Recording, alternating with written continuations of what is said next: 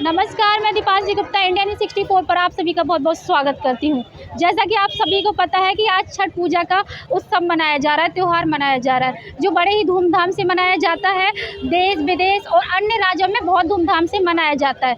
इस त्यौहार की जो महत्वता है उसके बारे में आज हम जानने के लिए लोगों से निकले हैं, उनसे बातचीत करेंगे। वो हमें बताएंगे कि इस त्यौहार की जो महत्वता है, क्या महत्वता है। बाज़ारों में भी जोर शोर से लोगों की तैयारियां चल रही है और बाज़ारों में बहुत ज़्यादा रौनक छाई हुई है। उसी से हम आप सबको रूबरू कराने के लिए लाए हैं। आपको लोगों से बातचीत करेंगे, पूछेंगे कि इस त्यौहार की जो महत्वता है वो क्या है। आइए हम जानते हैं लोगों से। आप हमारे कैमरे की नज़र से देख सकते हैं कि बाज़ार में कितनी रौनक छाई हुई है, कितनी तैयारियां चल रही है, दुकानें भी सजी हुई हैं, लोगों की भीड़ भी देखने को मिल रही है। इस त्यौहार की इतनी ज़्यादा महत्वता है, उसी के साथ हम लोगों से बातचीत करेंगे इस त्यौहार की महत्वता के बारे में।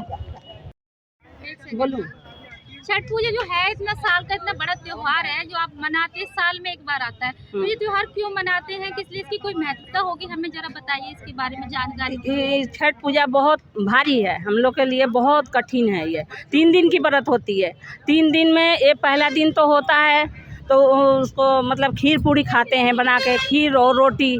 फिर दूसरे दिन होता है तो घाट पर जाते हैं, और तीसरे दिन होता है तो तीसरे दिन जाते हैं घाट पर, उसके बाद व्रत खोलते हैं। ये इसीलिए होता है। जिसको बच्चे नहीं होता है, बच्चे छठ माता देती है। जिसको जो मनोकामना मांगते हैं वो पूरी करती है। बहुत कठिन है ये छठ पूजा। इनकी जो लगातार तैयारी होती है, तो आप इन 3 दिन की जो तैयारी में क्या क्या करते हैं? नया कपड़ा, मतलब सबको नया कपड़ा रहता है, और उसके बाद पकवान बनता है।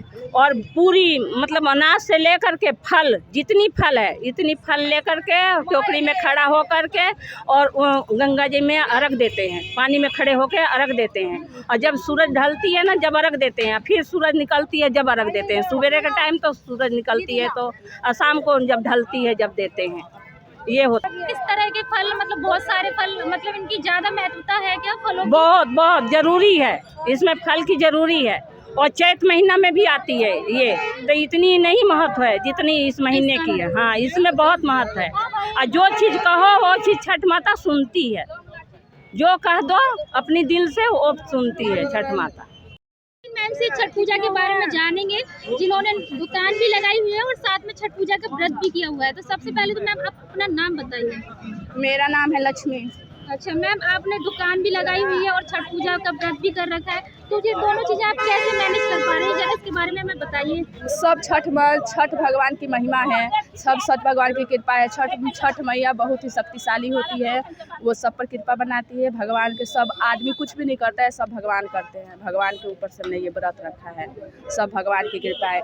अखंड रहते हैं, इसमें जलपान नहीं खाते हैं।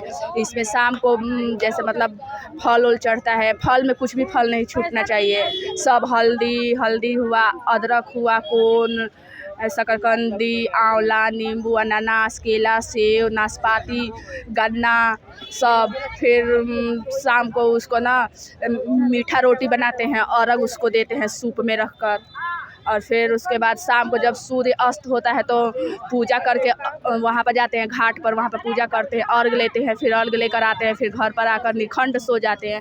फिर सुबह उठकर फिर नहा धोकर अपना छठ मैया का सवेरे सूरज भगवान निकलते हैं तो फिर अर्घ लेते हैं। फिर अर्घ लेकर फिर अपना पूजा वूजा कर फिर घर आते हैं, तो उसके बाद फिर पानी ग्रहण, फल वल सब ग्रहण करते हैं। अच्छा मैम, मुझे ये बताइए, आपने ये दुकान लगाई है छठ पूजा की व्रत के लिए जो सामान लोग खरीदेंगे आपसे, तो आपने इसकी तैयारी कितने दिन से की हुई है? ये कम से कम 10 दिन से तैयारी हो रहा है। अच्छा, 10 दिन से तैयारी कर रहे हैं और आप भूखे पेट मतलब रह के ये तैयारी करी है और आप सामान बेच रही हैं। हाँ। ना तो इसकी कोई विशेष महत्ता, मतलब इस त्योहार, इतना बड़ा त्योहार है, इस साल में एक बार ये आता साल है। में एक बार आता है। ये 3 दिन का त्यौहार होता है, साथ में एक बार आता है। इस पहले दिन खरना होता है, नहाना खाना होता है, तो उसको नहाते खाते हैं। फिर पहले दिन खरना होता है, शाम के समय मीठा चावल गुड़ डालकर शाम के समय मीठा चावल खाते हैं। फिर सुबह उठकर बाल ओल धोकर नहा धोकर फिर सुबह उठकर निखंड रहते हैं। फिर वही पूजा पाठ होता है 3 दिन का। मैम, जो छठ पूजा है, तो आप जो छठ पूजा मनाती है, इसकी कोई महत्वता कि आप क्यों मनाती हैं? आप 3 दिन से मतलब व्रत रखती हैं, तो आप इसके बारे में हमें कुछ बताएंगी?